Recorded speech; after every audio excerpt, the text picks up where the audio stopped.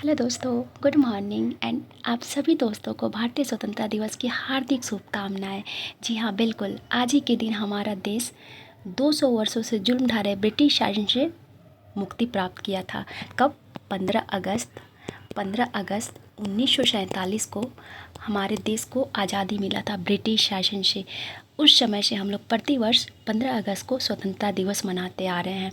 इस बार हम कैवा स्वतंत्रता दिवस मना रहे हैं तो 79वां स्वतंत्रता दिवस। कैवा स्वतंत्रता दिवस? 79वां स्वतंत्रता दिवस, अर्थात हमारे देश को आज़ाद हुए 79 वर्ष हो गया है। और हमारे देश के प्रथम प्रधानमंत्री किसे बनाया गया था? जवाहरलाल नेहरू को। और प्रथम राष्ट्रपति किसे बनाया गया था? डॉक्टर राजेंद्र प्रसाद को। तो आइए हम लोग ढेर सारे यादें संजोए हुए अपने सीने में आज की क्लास को प्रारंभ करते हैं। आज का पहला क्वेश्चन क्या है? अगेन आप लोगों को भारतीय स्वतंत्रता दिवस की हार्दिक शुभकामनाएं। पहला क्वेश्चन क्या है? सूची 1 को सूची 2 से सुमेलित करें। सन्यासी विद्रोह किसके नेतृत्व में हुआ था? एक तरफ विद्रोह दिया गया, एक तरफ नेतृत्वकर्ता कर दिया गया है। तो सन्यासी विद्रोह किसके नेतृत्व में हुआ था? दर्जी नारायण के नेतृत्व में।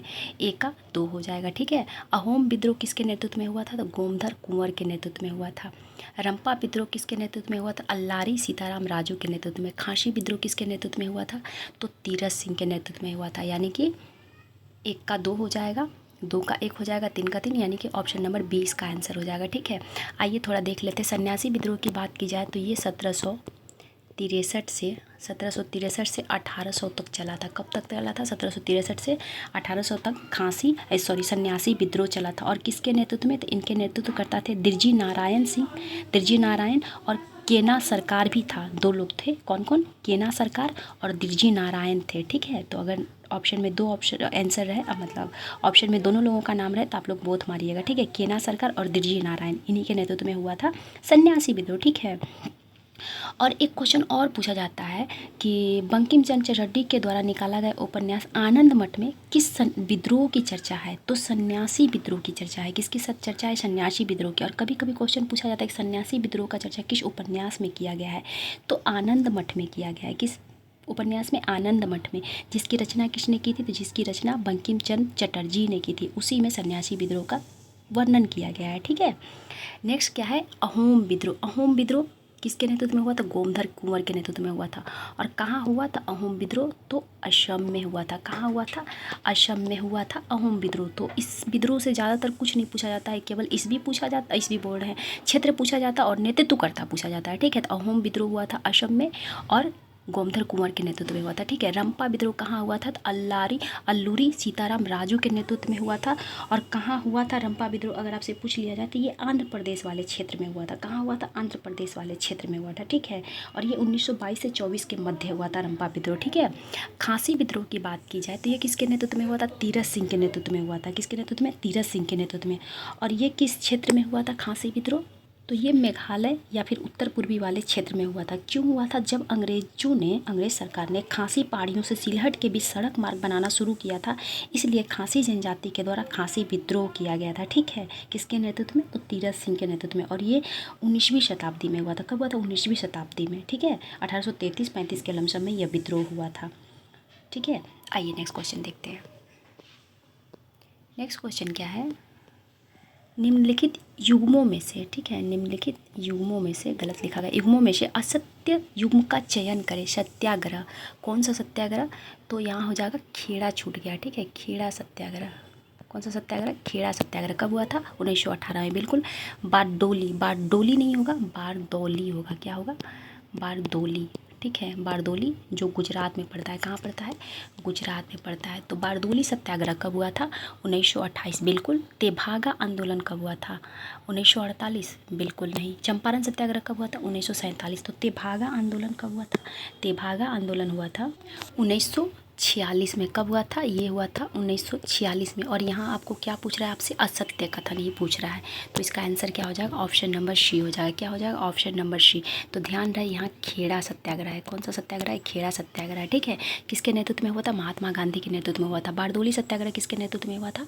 तो ये हुआ था सरदार वल्लभ भाई पटेल के नेतृत्व में हुआ था, ठीक है। किसके नेतृत्व में? सरदार वल्लभ भाई के नेतृत्व में हुआ था। और बारदौली की महिलाओं के द्वारा ही सरदार वल्लभ भाई को सरदार की उपाधि दी गई थी, ठीक है। चंपारण सत्याग्रह 1917 में हुआ था बिहार के चंपारण जिला में, ठीक है। और इसी दौरान महात्मा गांधी को रविन्द्रनाथ टैगोर के द्वारा महात्मा की उपाधि दी गई थी, ठीक है। कब दी गई थी? चंपारण सत्याग्रह के दौरान, ठीक है। और आपको मैं बता दूं कि चंपारण सत्याग्रह का नेतृत्व करने के लिए महात्मा गांधी को, या फिर चंपारण की दुर्दशा देखने के लिए महात्मा गांधी को किसने आमंत्रण किया था? तो किसने आमंत्रित की थी?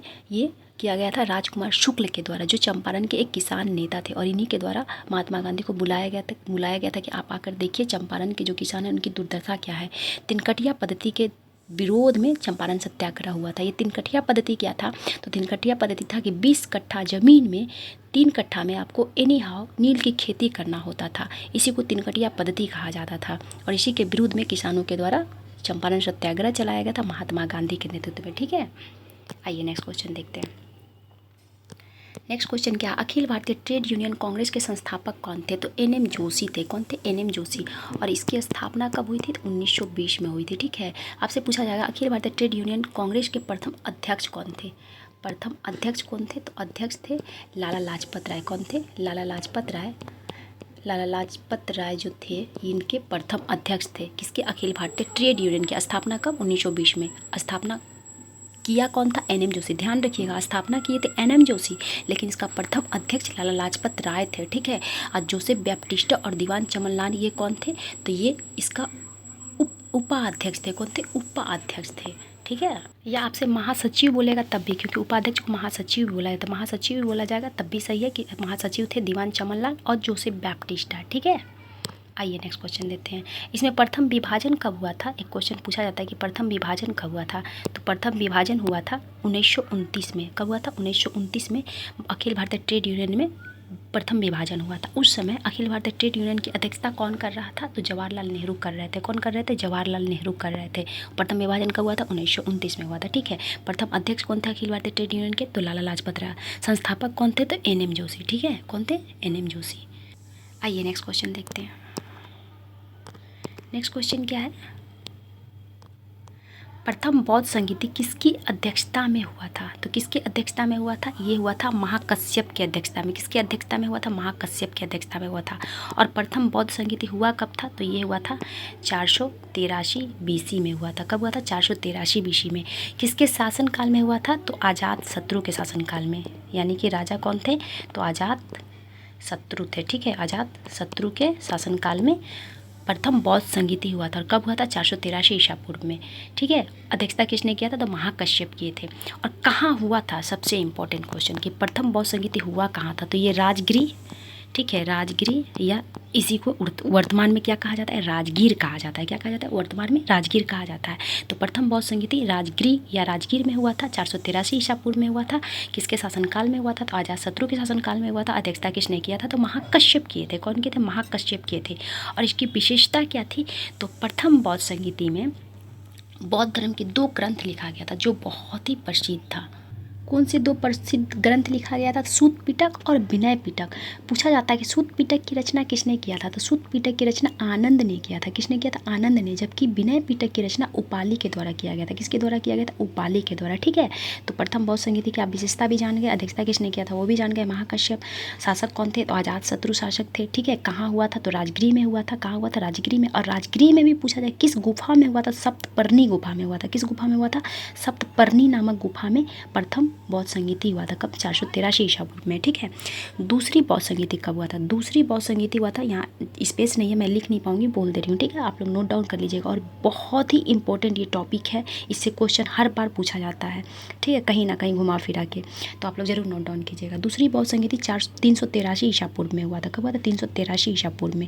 और कहाँ हुआ था? तो वैशाली में हुआ था। किस शासक के शासनकाल में? तो कालाशोक के शासनकाल में। किस वंश के शासक थे कालाशोक? शिशुनाग वंश के, ठीक है। तो कालाशोक के शासनकाल में वैशाली में दूसरा बौद्ध संगीति 383 ईसा पूर्व में हुआ था। और किसकी अध्यक्षता में हुआ था? सब्बाकामी या सर्वकामी, इन्हीं को कहा जाता है, ठीक है। तो सब्बाकामी की अध्यक्षता में हुआ था, ठीक है। और दूसरी बौद्ध संगीति की विशेषता क्या था? तो बौद्ध धर्म आंशिक रूप से 2 भागों में विभाजित हो गया था, ठीक है। ध्यान रखिएगा, आंशिक रूप से। किस दो भागों में विभाजित हुआ था? तो अस्ताबिर और महासंधिक। कौन सा? अस्ताबिर एवं महासंधिक दो भागों में विभाजित हो गया था बौद्ध धर्म, ठीक है, अस्ताबिर और महासंधिक में। आंशिक रूप से विभाजन हुआ था, पूर्णतः विभाजन नहीं हुआ था, ठीक है। और तीसरा बौद्ध संगीति कब हुआ था? तीसरा बौद्ध संगीति 251 ईसा पूर्व में हुआ था। कहाँ हुआ था? तो पाटलिपुत्र में हुआ था। किसके शासनकाल में? अशोक के शासनकाल में। अध्यक्षता किसने किया था? तो मोगलीपुत्तिस ने किया था। किसने किया था? मोगलीपुत्तिस।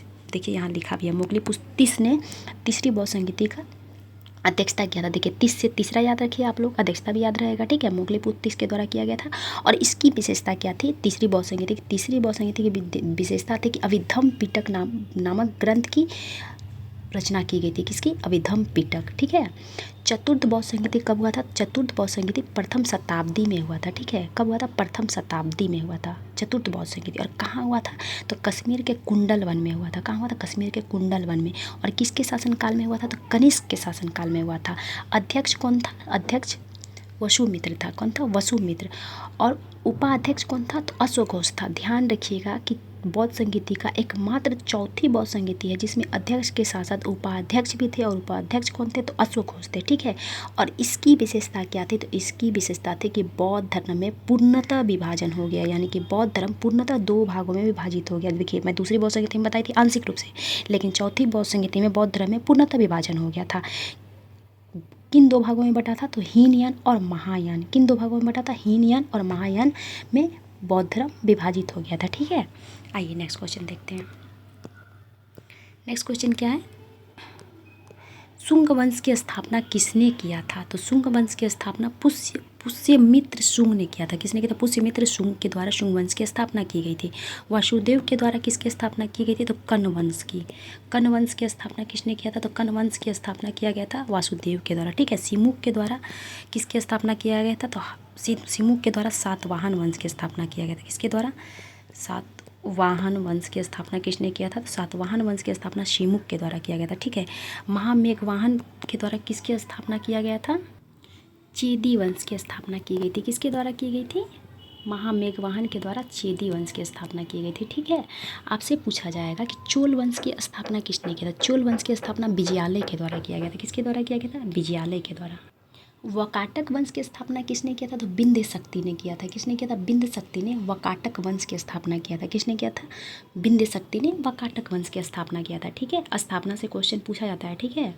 राष्ट्रकूट वंश की स्थापना किसने किया था? राष्ट्रकूट वंश की स्थापना दंती दुर्ग ने किया था। किसने किया था? दंती दुर्ग ने वकाटक वंश की राष्ट्रकूट वंश की स्थापना किया था, ठीक है।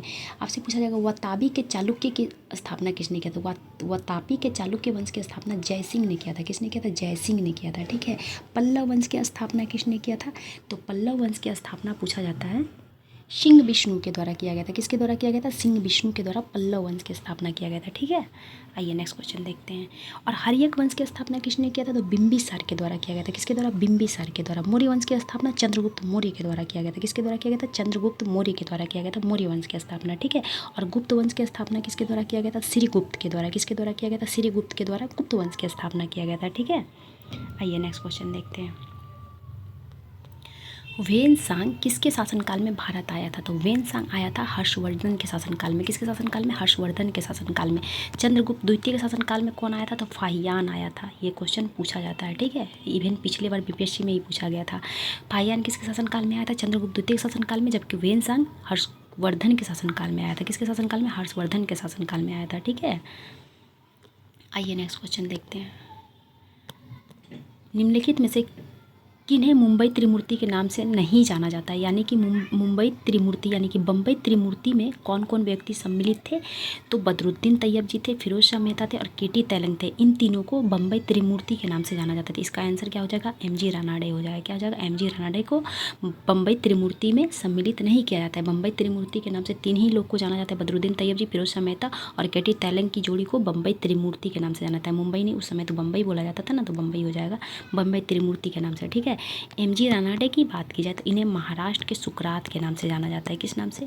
महाराष्ट्र का सुकरात। अगर आपसे पूछा जाए महाराष्ट्र का सुकरात किसे कहा जाता है, तो महाराष्ट्र का सुकरात कहा जाता है एमजी रानाडे को। किसे कहा जाता है? एमजी रानाडे को महाराष्ट्र का सुकरात कहा जाता है, ठीक है। आइए नेक्स्ट क्वेश्चन देखते हैं। गोपाल कृष्ण गोखले का गुरु भी एमजी रानाडे को ही कहा जाता है, ठीक है। और गोपाल कृष्ण गोखले महात्मा गांधी के गुरु थे, ठीक है। नेक्स्ट क्वेश्चन क्या है? नागी नकटी झील बिहार के किस जिले में स्थित है? तो ये जमुई में स्थित है। कहाँ स्थित है? जमुई में। और नागी नकटी झील को 2024 में, कब? 2024 में रामसर साइट में शामिल किया गया है। कहाँ? रामसर साइट में शामिल किया गया है। ठीक है, रामसर साइट में शामिल किया गया। कब? 2024 में। रामसर सम्मेलन कब हुआ था? तो रामसर सम्मेलन हुआ था 1972 में हुआ था, 1971 में हुआ था। कब हुआ था? 1971 में रामसर सम्मेलन हुआ था। कब हुआ था? 1971 में हुआ था। 2 फरवरी 1971 को रामसर सम्मेलन हुआ था। कहाँ हुआ था? तो रामसर ईरान का एक शहर है, यहीं पर सम्मेलन होता है, इसलिए इसे रामसर सम्मेलन के नाम से जाना जाता है। ठीक है, और इसमें क्या होता है? तो इस सम्मेलन के तहत आर्द्र भूमि का संरक्षण किया जाता है। किसका? आर्द्र भूमि का संरक्षण किया जाता है। और भारत इसमें कब शामिल हुआ था?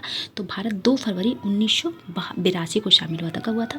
2 फरवरी 1982 को भारत रामसर साइट में शामिल हुआ था। ठीक है, सॉरी, भारत 1 फरवरी को हुआ था। कब हुआ था? ये रामसर सम्मेलन जो है ये 2 फरवरी को हुआ था। ठीक है, भारत 1 फरवरी 1982 को शामिल हुआ था। कब हुआ था? 1 फरवरी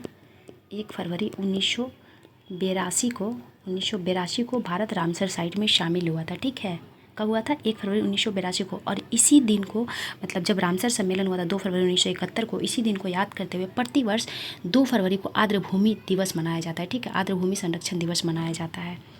और बिहार के कुल कितने साइट हैं जो रामसर साइट में शामिल हो गए हैं? तो कुल 3 क्षेत्र हैं जो रामसर साइट में शामिल हो गए। प्रथम हुआ था कांवरतर झील, बेगूसराय का कांवर झील शामिल हुआ था। और 2024 में 2 बिहार के और क्षेत्र इसमें शामिल हो गए। 2 कौन सा झील? तो नागी नकटी झील। नागी अलग झील है, नकटी अलग झील है, जो बिहार के जमुई में स्थित है। और आपको बता दूं कि दोनों कृत्रिम झील है। कैसा है? कृत्रिम झील है, अर्थात मानव निर्मित झील है। ठीक है, तो बिहार के कितने क्षेत्र शामिल है रामसर साइट में? 3 क्षेत्र। कौन सा? कांवरतल झील, नागी झील, नागी और नकटी। ठीक है, आइए नेक्स्ट क्वेश्चन देखते हैं। गांधी जी को चंपारण आने का आमंत्रण किसने किया था? आमंत्रण किसने दिया था? तो ये दिया था राजकुमार शुक्ल ने। किसने दिया था? राजकुमार शुक्ल ने। जस्ट पिछले क्वेश्चन में मैं इसका डिस्कशन कर चुकी हूँ, चंपारण सत्याग्रह का। ठीक है, कब हुआ था? 1917 में हुआ था। एक क्वेश्चन पूछा जाता है कि राजकुमार शुक्ल कहाँ के रहने वाले थे? तो ये चंपारण के मुरली भरौआ गांव के रहने वाले थे। कहाँ के रहने वाले थे? चंपारण के मुरली भरौआ गांव के रहने वाले थे। ध्यान रखिएगा, मुरली भरौआ गांव के रहने वाले थे राजकुमार शुक्ल।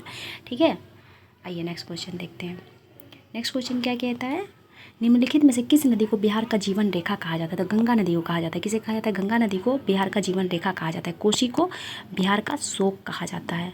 बिहार का शोक किसे कहा जाता है? तो बिहार का शोक कहा जाता है कोसी नदी को, क्योंकि इससे हर साल तबाही वाला बाढ़ आता है बिहार में, इसलिए बिहार का शोक कहा जाता है कोसी नदी को। जबकि बिहार का जीवन रेखा कहा जाता है गंगा को। ठीक है, किसे कहा जाता है? गंगा को। और गंगा बिहार को नॉर्थ और साउथ 2 भागों में बांट देता है। ठीक है, आर्थिक नियोजन विषय है। किसका विषय है? तो ये समवर्ती सूची का विषय है। किसका विषय है? समवर्ती सूची का विषय है आर्थिक नियोजन।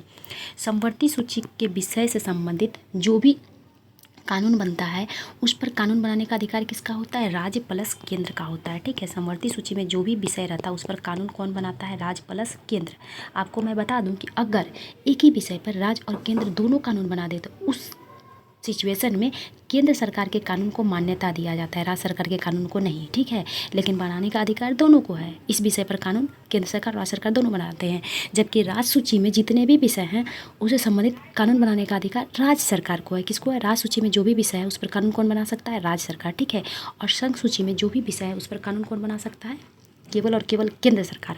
और अवशिष्ट सूची में भी जो विषय है उस पर कानून बनाने का अधिकार केवल और केवल केंद्र सरकार का है। तो केंद्र सरकार 3 विषयों पर कानून बना सकता है। एक तो अवशिष्ट सूची जिस पर अखंड केंद्र सरकार का है, अवशिष्ट सूची जिस पर अखंड अधिकार केंद्र सरकार को है। एक है समवर्ती सूची जिस पर केंद्र सरकार और राज्य सरकार दोनों का अधिकार है। ठीक है, और कभी कभी ऐसा स्थिति बन जाता है आपातकालीन, चाहे कोई स्थिति ऐसा बनता है जिस समय राज्य सूची पर भी कानून बनाने का अधिकार केंद्र सरकार को होता है। ठीक है, होता है। कब? जब ऐसा कोई स्थिति उत्पन्न हो, वैसी स्थिति में। आइए ये भी आप लोग जान ही लीजिए, क्यों आप लोग के मन में रहेगा कि किस विषय पर कानून, किस सिचुएशन में कानून बना सकता है केंद्र सरकार राज्य सूची के विषय पर। तो देखिए, जब कोई विषय ऐसा हो जो राष्ट्र हित में हो, ठीक है, राष्ट्र हित में, तो वैसे सिचुएशन में केंद्र सरकार कानून बना सकता है राज्य सूची के विषय पर, ठीक है। कंडीशन अप्लाई, राज्यसभा का 2/3 बहुमत प्राप्त हो, तब राज्य सूची के विषय पर केंद्र सरकार कानून बना सकता है। कब? राष्ट्र हित में हो कोई मुद्दा तो। लेकिन यह कानून 1 साल तक का ही इसका वैलिडिटी होता है। कितने साल का? केवल 1 साल का वैलिडिटी होता है जो केंद्र सरकार के द्वारा कानून बनाया जाता है राज्य सूची के विषय पर, ठीक है। दूसरा स्थिति कब होता है? तो अनुच्छेद 250 के तहत, ठीक है। किस अनुच्छेद के तहत? पहला वाला जो मैं बताई वो 249 के तहत था। दूसरा अनुच्छेद 250 के तहत आपातकाल में संसद राज्य सूची के विषय पर कानून बना सकता है। कब? आपातकाल स्थिति में, ठीक है। जब इमरजेंसी हो वैसे सिचुएशन में संसद राज्य सूची के विषय पर कानून बना सकता है। तीसरा विषय, जब 2 या 2 से अधिक राज्य केंद्र सरकार से अनुरोध करे कि आप मेरे लिए कानून बना दीजिए, तो वैसी सिचुएशन में भी केंद्र सरकार राज्य सूची के विषय पर कानून बना सकता है, ठीक है। एक और कंडीशन है कि अगर अंतर्राष्ट्रीय करार को पूरी करने का कोई वादा हो, कोई सिचुएशन ऐसा बन जाए कि अंतर्राष्ट्रीय जो समझौता हो उसको पूरा करना हो, तो वैसे सिचुएशन में भी राज्य सूची के विषय पर केंद्र सरकार कानून बना सकता है। ये अनुच्छेद 253 के तहत, ठीक है। आइए नेक्स्ट क्वेश्चन देखते हैं। एक क्वेश्चन और लगे हाथ आप लोग देख ही लीजिए। संघ सूची, समवर्ती सूची और राज्य सूची का चर्चा किस अनुच्छेद में किया गया है? तो अनुच्छेद 246 में किया गया है, जबकि अवशिष्ट सूची का चर्चा अनुच्छेद 248 में किया गया है, ठीक है। आइए नेक्स्ट क्वेश्चन देखते हैं। बिहार के कितने जिलों से गंगा नदी प्रवाहित होती है? तो 12 जिलों से। कितने जिलों से? 12 जिलों से। कौन कौन सा? वो लिख ही लीजिए क्योंकि पूछा जाता है। तो मैं बता दे रही हूँ, भोजपुर, बक्सर, सारण, पटना, वैशाली, समस्तीपुर, बेगूसराय, लखीसराय, खगड़िया, मुंगेर, भागलपुर और कटिहार। इन 12 जिलों से गंगा नदी प्रवाहित होती है। बिहार के 12 जिलों से। कौन कौन से? फिर से मैं रिपीट कर दे रही हूँ, आप लोग नोट डाउन कर लीजिए। मुंगेर, भागलपुर, कटिहार, खगड़िया, भोजपुर, बक्सर, सारण, पटना, वैशाली, समस्तीपुर, बेगूसराय, लखीसराय, ठीक है। एक क्वेश्चन और पूछा जाता है कि गंगा नदी बिहार के सर्वाधिक किस जिले से प्रवाहित होती है? किस जिले को सर्वाधिक लंबी दूरी, बिहार के किस जिले को मतलब सर्वाधिक दूरी कवर करती है बिहार के किस जिले से? तो पटना से। पटना में 99 किलोमीटर गंगा नदी प्रवाहित होती है। कितने किलोमीटर? गंगा नदी 99 किलोमीटर, ठीक है। और बिहार से, ओवरऑल बिहार से कितने किलोमीटर प्रवाहित होती है? तो 445 किलोमीटर। कितने किलोमीटर? 445 किलोमीटर ओवरऑल बिहार से, ठीक है। गंगा नदी प्रवाहित होती है 445 किलोमीटर। लेकिन सर्वाधिक दूरी किस जिले में कवर करती है गंगा नदी? तो पटना में। सेकेंड स्थान पर भागलपुर में 97 किलोमीटर, जबकि 99 किलोमीटर पटना से, ठीक है। तो ये क्वेश्चन भी एग्जाम में पूछा जा चुका है, इवन बीपीएससी एग्जाम में पूछा जा चुका है, ठीक है। तो आप लोग ध्यान रखिएगा। 7 की बात की जाए तो बिहार के 7 जिलों से नेपाल की सीमा लगती है। बिहार के कितने जिलों से? 7 जिलों से। कौन कौन से? तो बिहार के 7 जिला कौन कौन सा है जिसकी सीमा नेपाल से लगती है? तो पश्चिमी चंपारण, पूर्वी चंपारण, अररिया, सीतामढ़ी, मधुबनी, सुपौल, किशनगंज, ठीक है। कौन कौन सा? पश्चिमी चंपारण, पूर्वी चंपारण, अररिया, सीतामढ़ी, मधुबनी, सुपौल, किशनगंज। इन 7 जिलों, बिहार के इन 7 जिलों से नेपाल का सीमा लगता है। तो आप ये भी याद रखिएगा, ठीक है। पूर्णिया का सीमा नेपाल से नहीं लगता है, ध्यान रखिएगा। आइए नेक्स्ट क्वेश्चन देखते हैं। भारत में जनसंख्या वृद्धि के इतिहास में कौन सा वर्ष महाविभाजन वर्ष कहलाता है? तो 1921 वाला साल जो है, 1921 ईस्वी को जनसंख्या का महाविभाजन वर्ष कहा जाता है। लघु विभाजन वर्ष 1951 वाले जनसंख्या को लघु विभाजन वर्ष के नाम से जाना जाता है, ठीक है। किस जनगणना को? तो 1951 वाले को। जबकि 1921 वाले को क्या कहा जाता है? तो महाविभाजन वर्ष के नाम से जाना जाता है, ठीक है। क्योंकि इस समय जनसंख्या में बहुत ज़्यादा घटोतरी हो गया था, अर्थात घट गया था, ठीक है। एक क्वेश्चन और पूछा जाता है कि 2011 की जनगणना के अनुसार एकमात्र राज्य कौन सा है जहां जनसंख्या बढ़ने के बजाय घट गया था? तो वो नागालैंड है, जहां 0.6% जनसंख्या बढ़ने के बजाय घट गया था। एकमात्र राज्य नागालैंड है, ठीक है। सर्वाधिक वृद्धि किस राज्य में हुआ था 2011 की जनगणना के अनुसार? तो मेघालय में हुआ था, 31% वृद्धि हुआ था, ठीक है। 10 वार्षिक वृद्धि, मतलब 10 वर्ष में इतना वृद्धि हुआ था। आइए नेक्स्ट क्वेश्चन देखते हैं। सूर्य ग्रहण कब होता है?